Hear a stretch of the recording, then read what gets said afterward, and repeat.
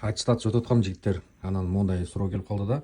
Если проезд легкового такси до пункта назначения невозможен, то пассажир имеет право не оплачивать поездку, может потребовать денежную компенсацию дейт.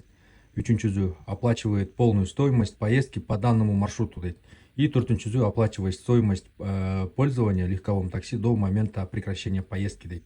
Кандай деп ойлойсуңар жигиттер? Көбүнчө эгерде гаиге түшүп калып же ДТП болуп калып, пассажир түшүп кетсе, пассажирга полная стоимостьты Яндекс кайтарып берет. Завершать эткенден кийин ошол жерге чейинки поездканы төлөгөнгө укуктуу деп атат мына закон боюнча.